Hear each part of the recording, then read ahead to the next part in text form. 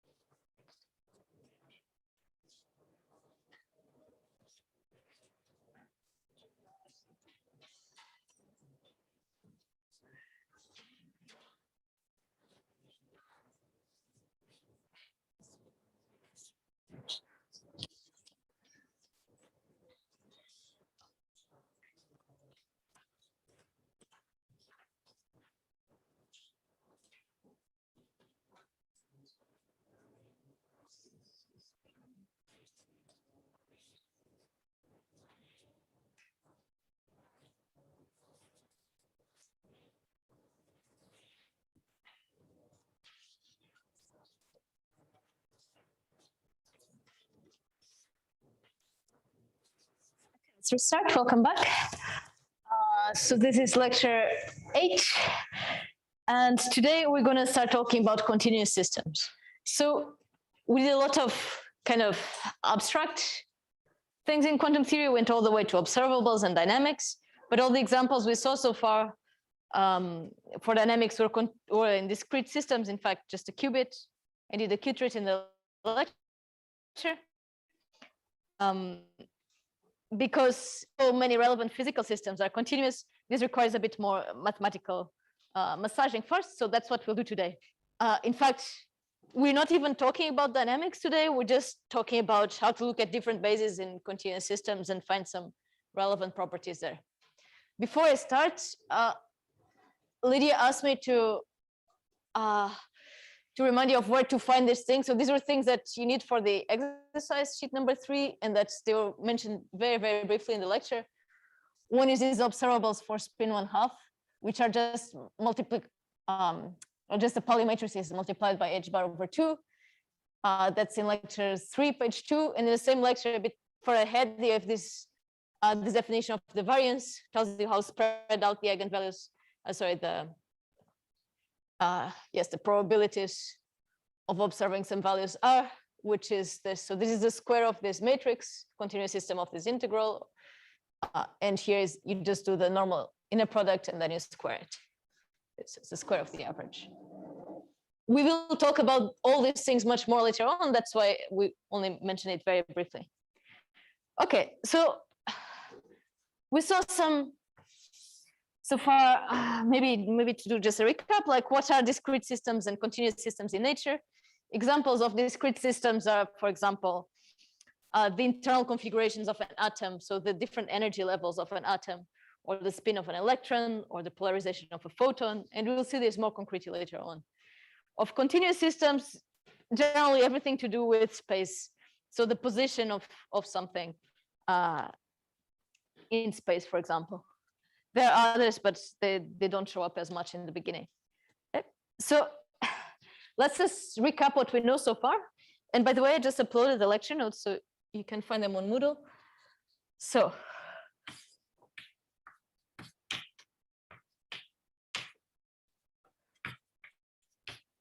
what we know so far, and this is 1D continuous systems. By this, I mean like one direction in space, and we'll see next week how to talk about 3D systems. So what did we see? We said, well, we take the Hilbert space as a span of some vectors, but the difference is now these vectors, it's not a finite set of vectors, but in fact, it's all of the real numbers. Then we saw how to expand some vectors there, so some states there. And you could have any interval here, but we studied the easiest case, so all of R. X, so we're just expanding in this basis, and the coefficients here, we call the wave function, right? And the wave function, to find the coefficients, how we did it, is just the inner product of X with a state. And one more thing that we'll need later on, but actually not even today, that we saw it was special for continuous systems, is that this, for two values of X, the inner product is given by this, the delta function, right? Okay, we don't need this for now. Okay, this is what we saw in terms of the Hilbert space and states. And then we looked at two kinds of observables that I'll just repeat now. So we looked at the observable of position.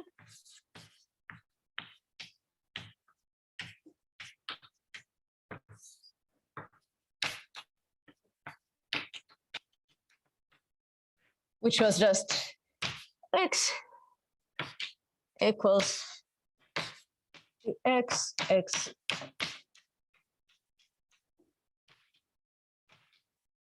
Which corresponds to what measurement? To the measurement with the projectors.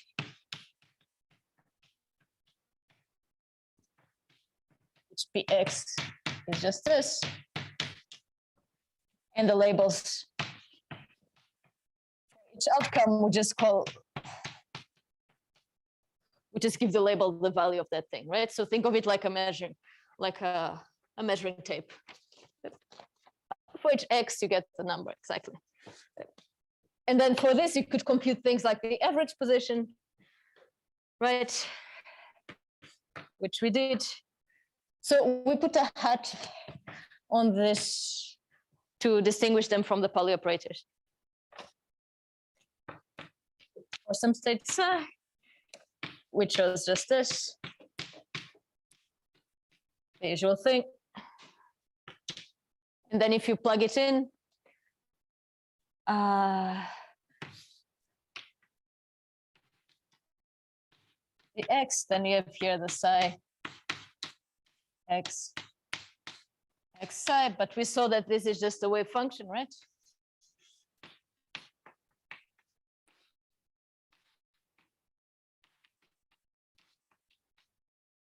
So this whole thing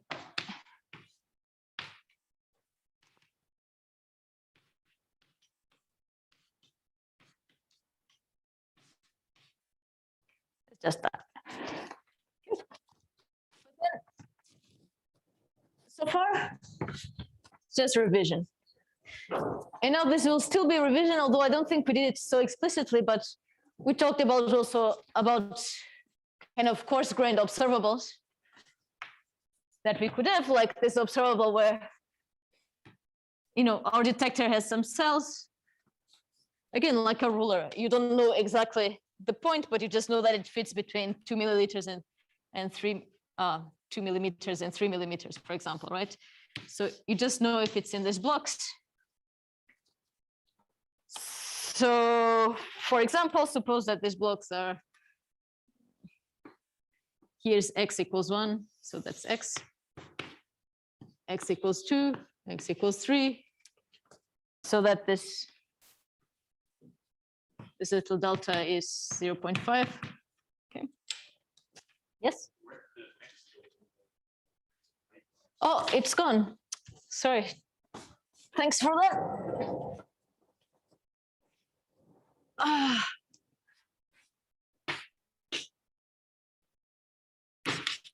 I got. Yeah, otherwise it would be just one, which is no fun. Thanks. Okay. Right, so this corresponds, so let's see.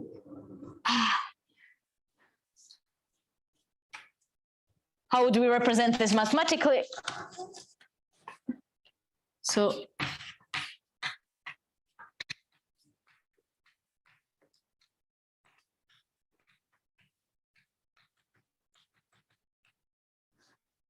this is an example. So here each px would be the integral. So it corresponds to this region in space. So that goes from x minus delta to x plus delta.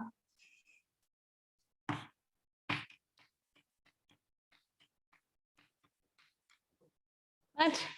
Which, if this was a discrete space, would correspond to like a matrix that's all zeros, and here, like there's this region where it's 1.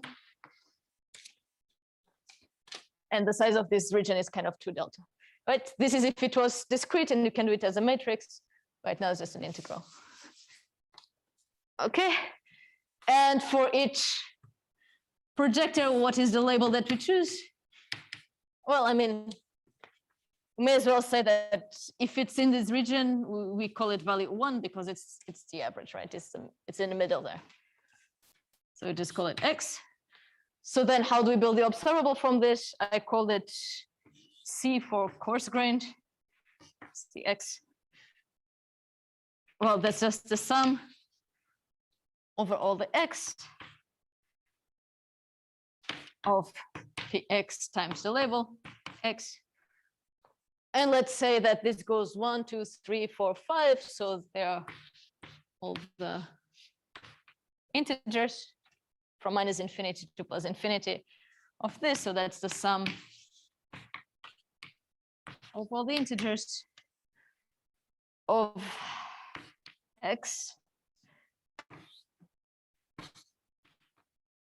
the projector, and here goes x minus delta, x plus delta, x minus, right? And delta is 0.5. So this works out because the sum over all the projectors is the identity. So it's you get the whole space, right? If you sum up all of this, because these deltas really kind of sit nicely next to each other, then you get the whole space. So that's the identity. So you can build this, and this is a valid observable. You can check that it's Hermitian. And then we can compute things like we did there, the average. We can do the same, right? So what's the average of this thing? As I say, well, this is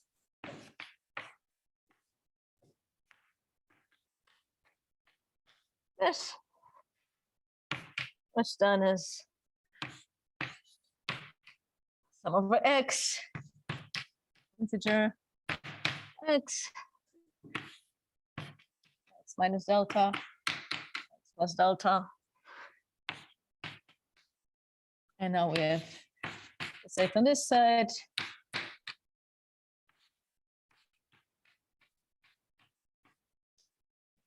Again, that's just the wave function for some value x prime.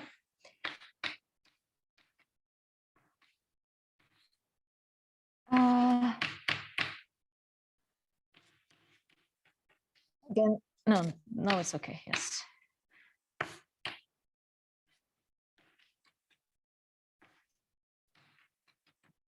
And if we want to visualize this, so if we write, here's x, and here's kind of the, what kind exactly? The square of the wave function, and it looks something like this, I don't know. And we are splitting it.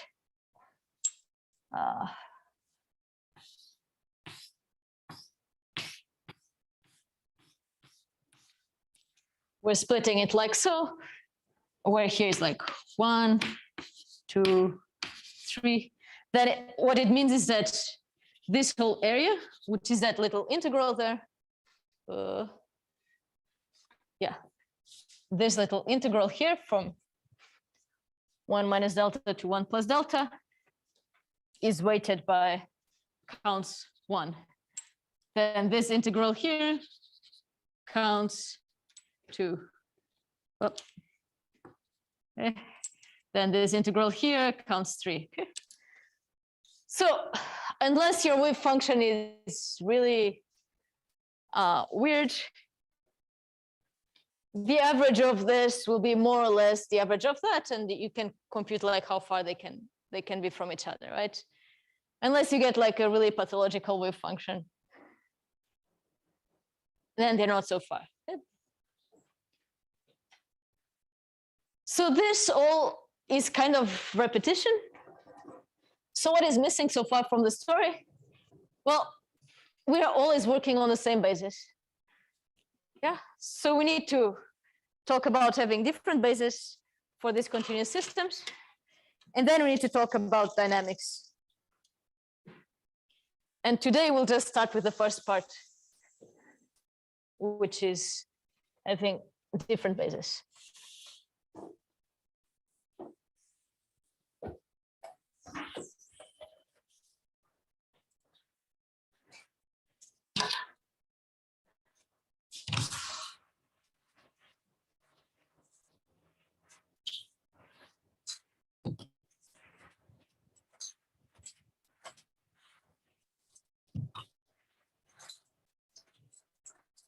So first, let's just see for an arbitrary basis, let's just recap. How do we transform from one to the other? But I'll give you already the names of that we'll use later. And the names are the momentum basis. And for now, don't worry about this name. We'll see later why we call it the momentum basis. It's because it behaves a little bit like classical momentum, but for now, it's just a different basis, okay?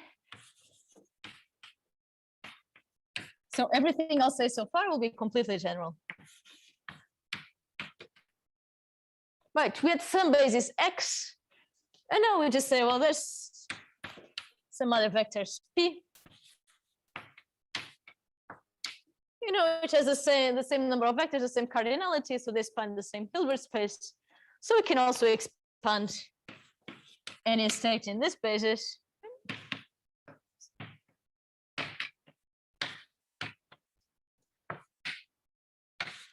P. And now it will have some coefficients here. That's a P, sorry. It will have some coefficients here, and we need to give them a name. In the lecture notes, I'm not sure if I have a tilde or a bar. All this. Yeah. Now,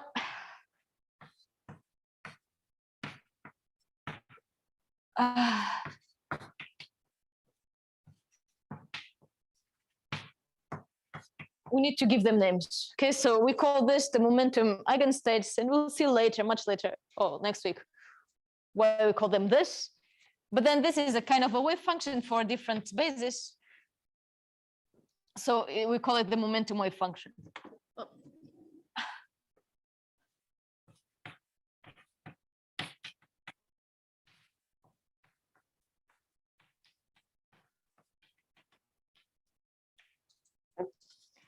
And again, how do we obtain it? just by doing inner product. You can see this by just applying it there directly. Okay. So then if we have two bases, how do we convert from one to the other in general? So suppose that we have this expansion of a state, but we want to find like the position wave function. So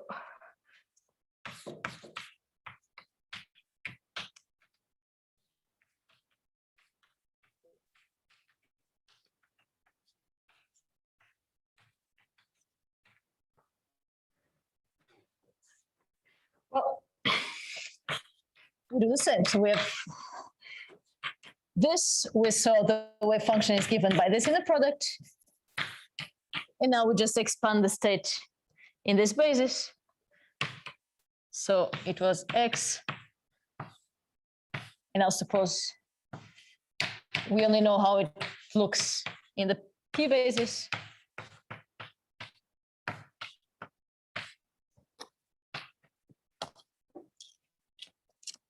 So then we move the X inside the integral.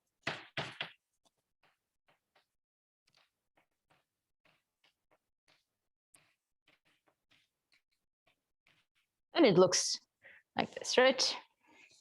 And vice versa. So suppose you only know,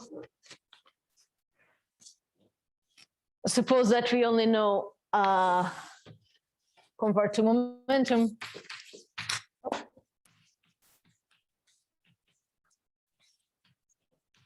So this means you know the position wave function, but you don't know this one, the momentum one.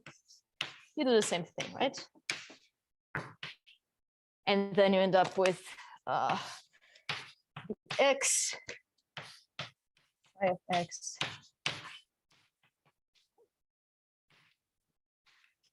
So, yes? Yeah. Before we talked about this delta function finds the scalar product. Yeah. XP. Would it also be for X and P? Would it also what? Would the delta function also define for X and P? Yeah, so we get there in a moment. So this so far is completely general. I've not yet told you how these two bases relate to each other. And in fact, we see that it all depends on this inner product. So we need to define this inner product, right?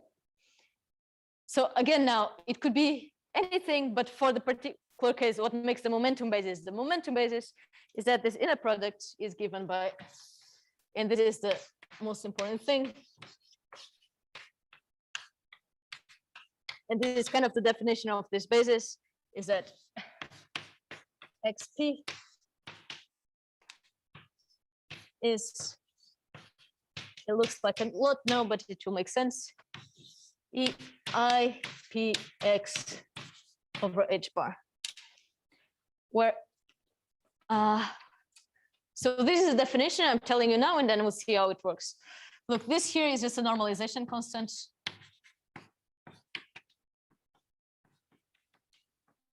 Which we'll see that when we plug this here, it will make the new state have norm 1. But this thing here is very important. So, and that's the definition of the momentum basis. So let's see how that works in practice.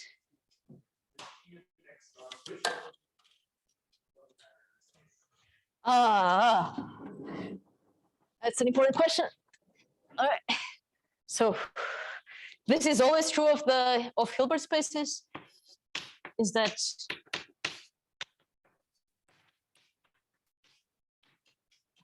if you switch the cat and bras, you get the complex conjugate of the inner product. So that's going to be E minus IPX H bar.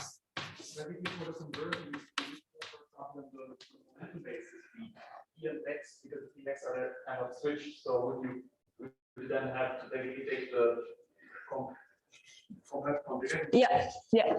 We'll see now how to continue these things there. Yeah. Yes. So sorry, what? How do you get the E or IPX? So that's the definition. This is definition of,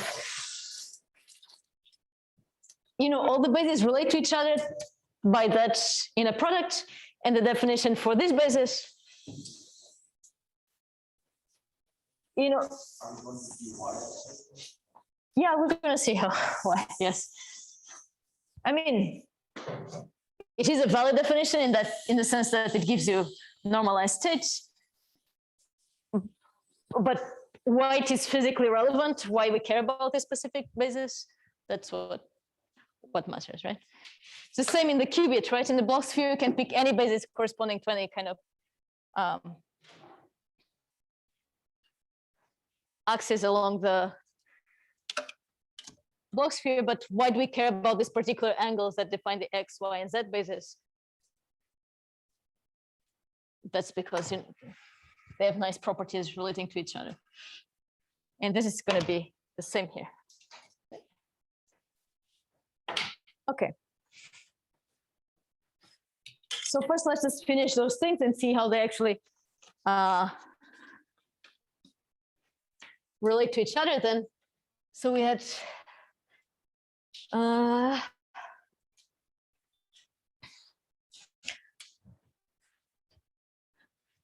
let's do the one on the right first. So then we had, this was the integral of the x, psi of x, and now this inner product, px, right? And now we just replace it with that thing there. So that's e 2 minus I px over h bar. And then the normalization constant can come outside here. 2 pi h bar. Okay. Does this look familiar to any of the computer scientists? Yes? Isn't this kind of Yeah, this is exactly the Fourier transform. Yes. So that's why we care about this basis, because they're going to be the Fourier transform of each other. So I of x, sorry, psi of x. And if your Fourier transform is not so fresh, Nuriya will give a tutorial about this next week. So the reason for this constant here is so that we can have a constant there, and then things will be normalized again. Good, yes, so they are indeed the Fourier transform, and in this case, by convention, we call this the inverse Fourier transform. I might forget to say inverse now and then. So now, how do we use this to change basis? So let's try to express x in terms of p, and that's a very neat trick. So we say, well, x is just the identity times x. Right. And now I can just replace this identity with something in the x basis.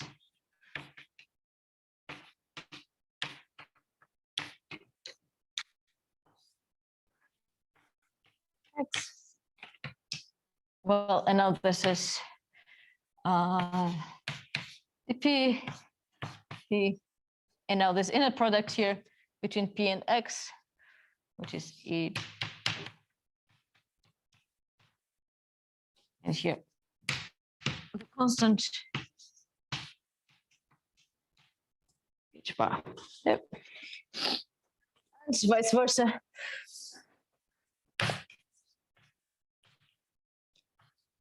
Identity times p. So I plug this thing here, the x, x,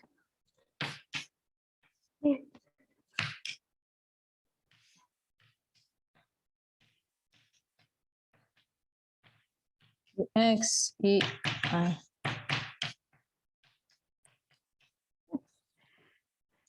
So this is how you move from one state, from one basis to the other.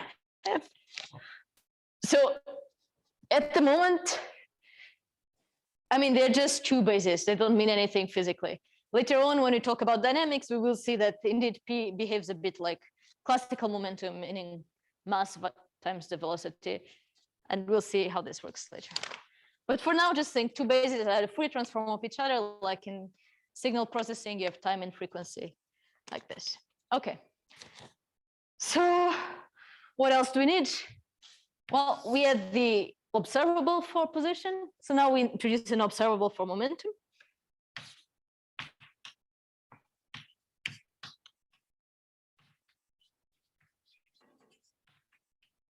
Just like in the same way as we did for the position, we just say, well, this observable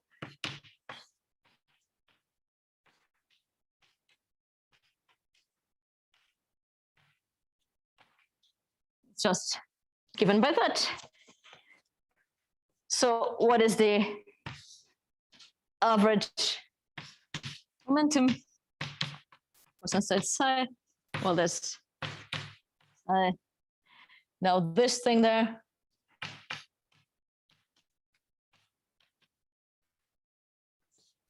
And if you unplug it, you get dPP. And here, of course, the square of the momentum wave function, just like we did before for the position. Hey, just expand this state in the momentum basis and you get this. But now, what we want to do, because it will be useful later, is to express it in terms of the position wave function. Yep. And this will be useful because at the end of the day, we're going to need to find out what this commutator is. Because remember, when we talk about dynamics and evolution of observables, then the commutators played a very big role. So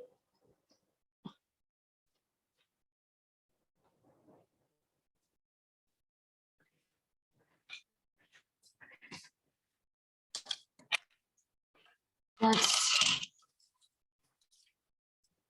try to express it in that basis.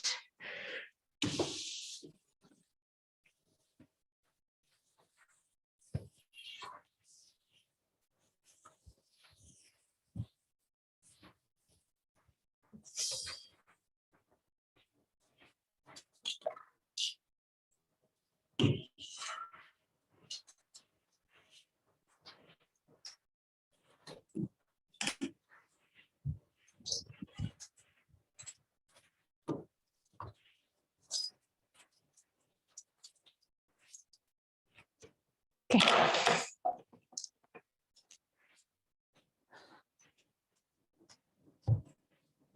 Okay, so I'm going to use the same trick as before. So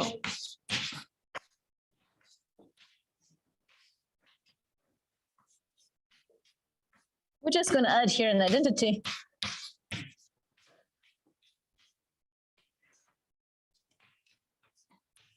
And the reason for that is that then we can write here, we can replace this identity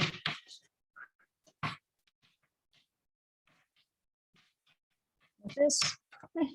Really think of this as like the identity matrix of just ones, but in integral form.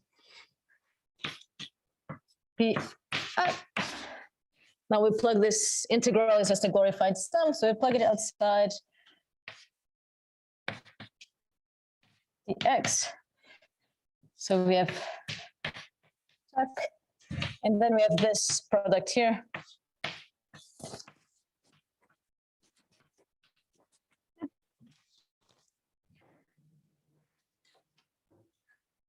So this is the complex conjugate of the position wave function, and this one we're going to take a look at, because we just want to rewrite the whole thing in terms of the position wave function. Okay.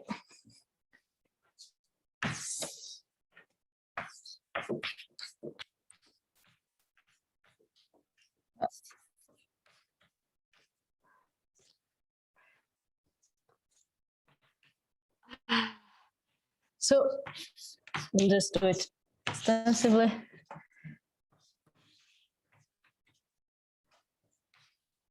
P.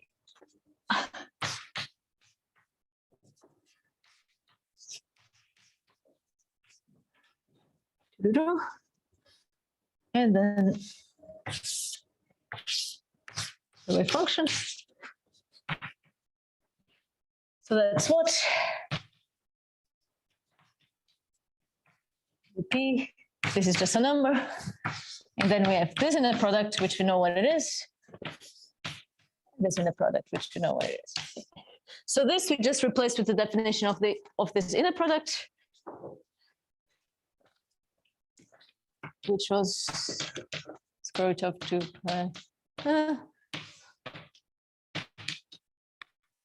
P, and this was E2 in this direction. And this one, this is just the definition of the momentum wave function, right? And now we kind of use a cheeky trick that's going to be, I mean, it's fun in retrospect. So what's annoying to compute here to deal with in this integral is that you have P multiplied by this exponent, and we haven't worked with something with P inside here. So we're going to get rid of it by using the following trick. I'll write it here on the side.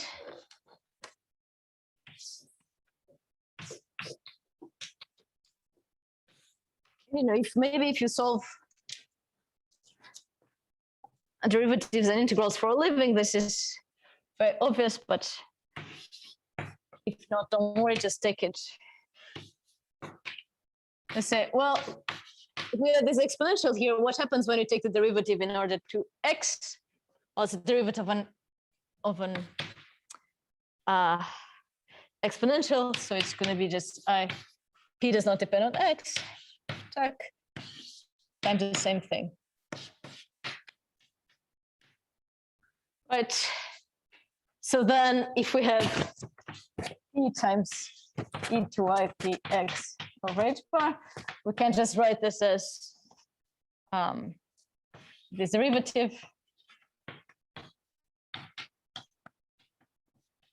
And then we need to put this constant on the other side, and because of the way I behaves, right, 1 over I is minus I. That's what I get, like this. So then we're just going to go and replace this thing with that.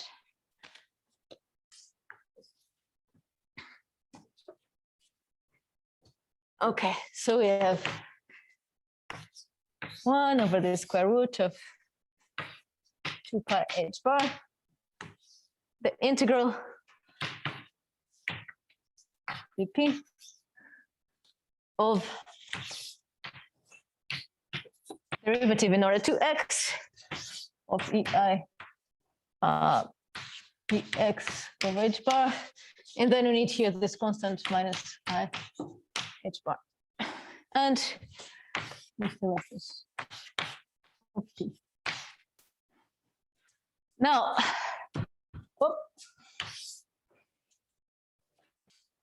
what's the only x in this whole equation? Is just this one here, right? That's the only x. Nothing else depends on x. So this is a constant for this derivative. Right? It sees it as a constant because it does not depend on x, which means we can take the x, the derivative outside. This sum also has nothing to do with x, so we take it outside. In fact, we take it all the way out.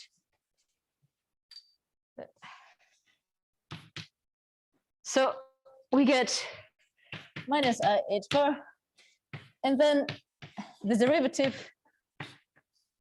of h bar take dp e to y px over h bar. And the reason why we did all this is because this thing here, well, as we saw up there when I raised, so this is just the definition of this is just an expression for the wave function of position that we saw before. So I'll just write it again. So this whole thing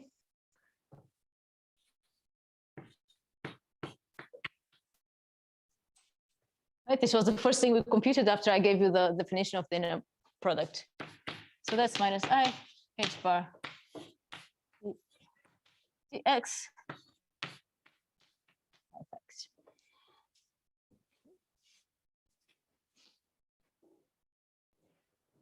I'll let you look at it for a moment.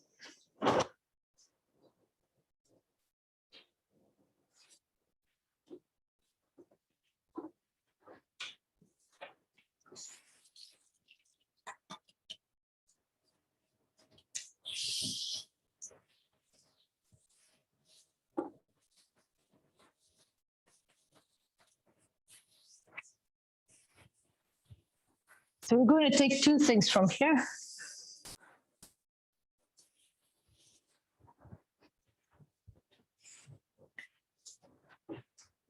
First, we're going to finish that calculation that we started.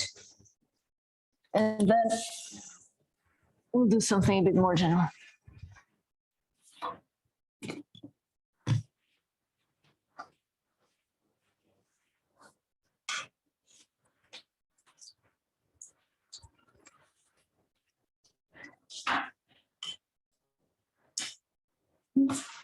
So I'll just finish what we did here.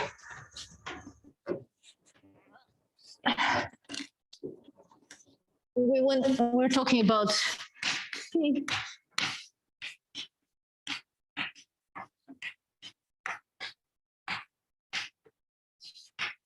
and now I plug in that thing, so it's minus infinity plus infinity, the x and now the x of, and we have this constant minus I h bar. So this is going to be useful whenever you want to compute, the average of momentum, but you only have the state expressed in this basis. You don't need to do the whole transformation to the momentum wave function. We just need to be able to do this derivative here. So that's one thing. The other thing you can take from here is to look at how the momentum operator acts on the wave function. So remember that. Yeah. So this is just definition of the position wave function. And now if we put a momentum operator here, you get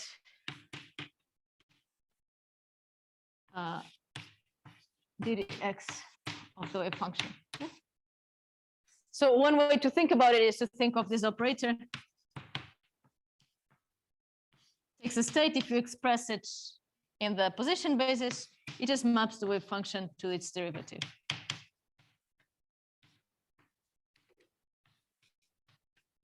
So nothing special about momentum, you can do at home. That the position is exactly the same for the momentum wave function. So if you take, so this is this. And if you put here the x operator in the middle, you get just a different sign.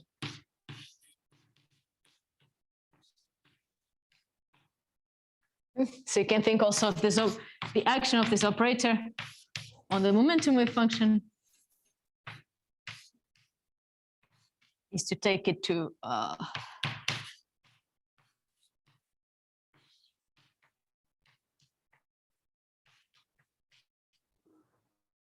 whereas the action of this operator in the position wave function was just to add a little x, right? And here the same.